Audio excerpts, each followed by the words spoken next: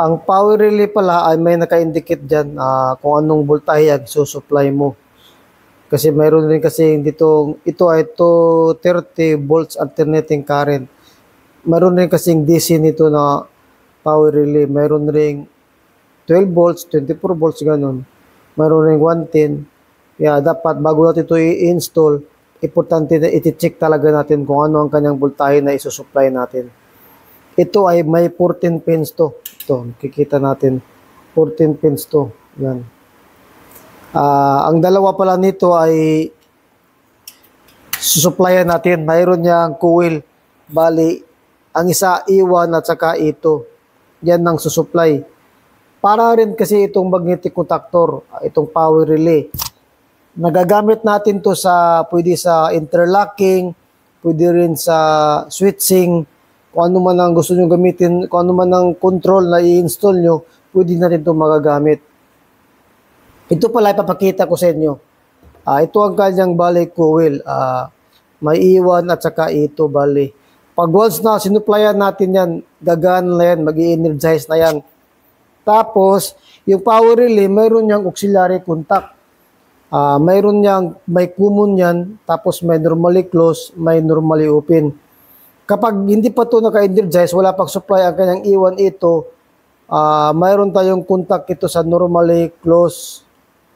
Tapos once na na-supplyan natin to, papalo na kasi yun na yung contact niya, bali. Ang normally close, once na na-supplyan natin yan, yung normally close magiging open na yan kasi tatawid na sa kabila yan. Tapos yung normally open naman, once na na-supplyan natin to, magiging normally close na to. At kapag pinatay na natin ang supply nito or in-off na natin, babalik na siya sa dati. Ang magiging, di ba, naging normally close to itong normally open once na na-supplyan. Once na pinatay na natin to, babalik na naman siya. Ang normally close, ito, naging normally close to, di ba, pag once na-supplyan, pag namamatay na, babalik na naman to sa normally open. At itong normally close, kapag na-supplyan ito, maging normally open. Once na pinatay na rin, nagbabalik na rin ito sa normally close. Kasi magiging open to, di ba, pag na-supplyan na. Pag pinatay na, magiging normally close naman. Ganun po siya. Ay, papakita ko sa inyo, susupplyan ko itong coil. Ito, makikita natin, E1 at saka ito. Susupplyan natin to, mayroon tayo dito. Mayroon tayong supply na 220 volts. Yung ibang power relay, may mga indicator light dito. Ito wala, hindi sa light, yung may kulay lang na lalabas dito. Papakita ko sa inyo. Susupplyan ko. On ko muna itong breaker. Muna, ikabit ko muna. E1 at saka ito. Pag largo supply lang to, gagana na to. Once na nasupplyan na natin to, yung kanyang coil. O yung E1 at saka ito. Tapos mayroon rin tayong naririnig ito once na nag-energize na may parang lagitik konti. Parang sa magnetic contactor din. Ito Ito makikita nyo yan, may pula dyan, may lalabas dyan. O pati ito, bubuksan kong breaker Nakikita nyo yan, may kulay. Kulay orange yata to. Dilaw. Ngayon. Nakikita nyo, i-off ko Yan, buhay. Off. Buhay. Yan. Ibig sabihin, gumagana siya. Pwede rin itong mag-i-install tayo. Pwede rin gagamitin natin ito para sa magnetic contactor. Gagawa tayo ng isang diagram katulad sa magnetic contactor. Ito, pwede rin ganito.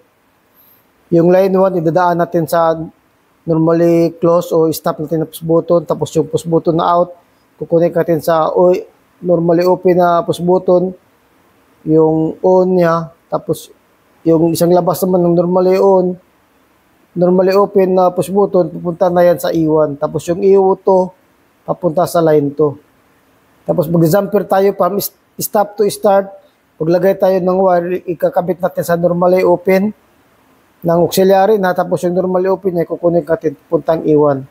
Pwede rin dito sa push button. Pero mas malapit kasi sa E1. Kaya sa E1 natin ito ikukunik. Papakita ko sa inyo ha.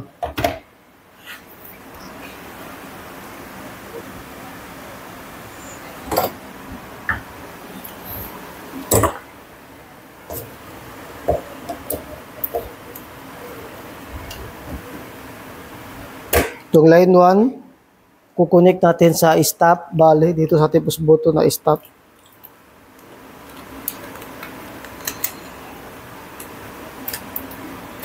Sa in niya, bale, dito.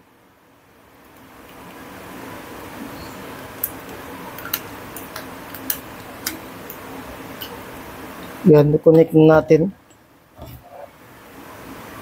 From line 1, kukonek natin sa push button. Yung in, yung out ng push button, kukunin natin sa in ng on na push button. Ito yung normally close, ito yung normally open. Kukunin natin yung close na out sa in na open.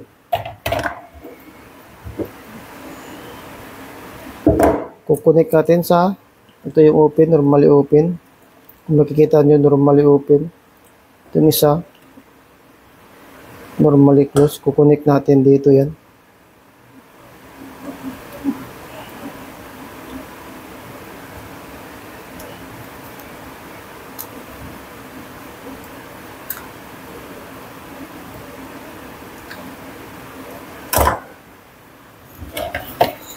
Ito, nakonek natin to dito. Yung out naman niya ng normally open papunta sa E1 ng ating relay. Ito, kukonek natin to sa E1 ng relay.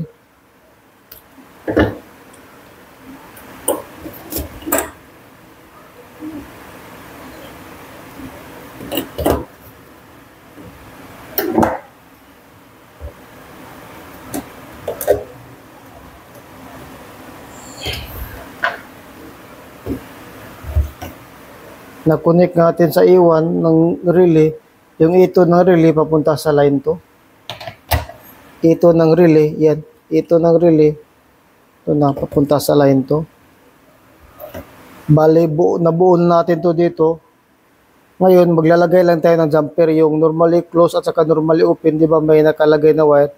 Magdagdag pa tayo ng isang wire, jumper natin, papunta sa normally open ng auxiliary. Dito, ito yung naka-jumper niya, yan. Maglagay pa tayo ng isang wire. Lagay natin sa normally open yung common niya, bale.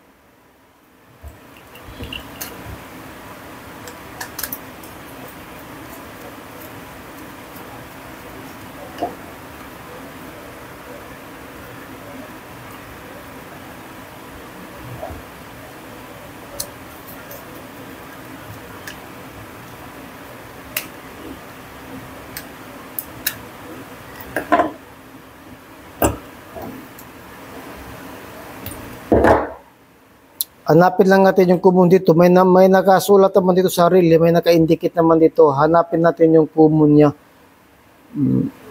Ang common dito ay itong number, itong apat na to, puro to normally, puro to common. Dito naman sa baba, normally open, normally close. Kaya kukonek natin to.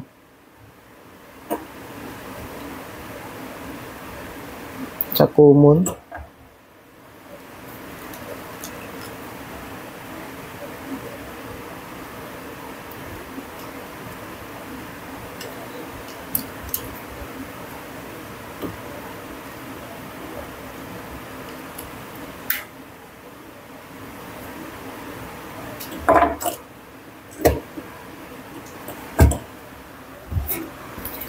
Na-connect na natin to.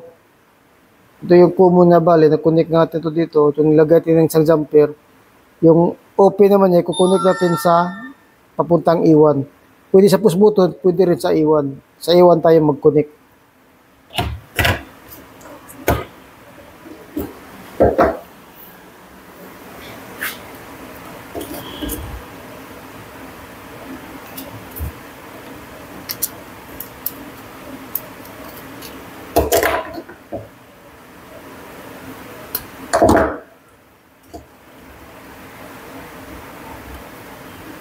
Dapat siguraduhin nyo kung ano yung ginamit yung common, yun rin ang kanyang open sa kabila. Kasi marami kasi itong auxiliary, 4. Kaya siguraduhin nyo na tugma yung nakukunik nyo. sa kanyang auxiliary.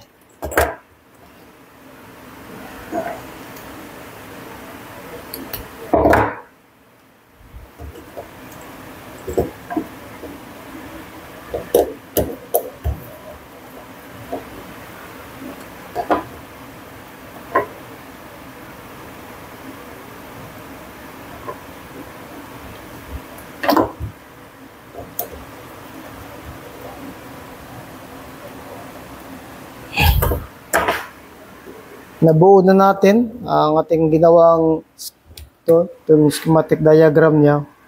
Ngayon, ititesting na natin. So, supplyan, i-on natin yung breaker. Tapos, pindutin natin tong start. Kung makikita nyo, gumagana siya. Yan. Ipipindutin natin itong stop, ha. Yan. Kung tingnan nyo dito, yung indicator niya. Pindutin natin itong start. Yan. Tapos, itong stop. Makikita niyo okay yun, no? Gumagana na. Ganito lamang kadali sa pag-wiring ng power relay. Papakita ko sa inyo ang kanyang schematic diagram. Para rin tayo nag-wiring ng magnetic contactor. Ganito lang. Kasi naggumamit tayo ng push button, no? Pero depende na kasi sa circuit na gagawin nyo. Basta importante, alam nyo kung paano ito ang karakteristik nito, kung kailan magagamit, anong trabaho niya, yun ang importante niya. Kung sa isang circuit, paano natin ito gagamitin, yun ang importante. Basta alam mo lang kung kanyang supply niya, iwan ito, yung normally closed, normally open, yung common niya, basta alam mo lang yun, madali mo lang itong mawawiring. Kaya sana ay nakatulong sa inyo ang video na to. Maraming salamat.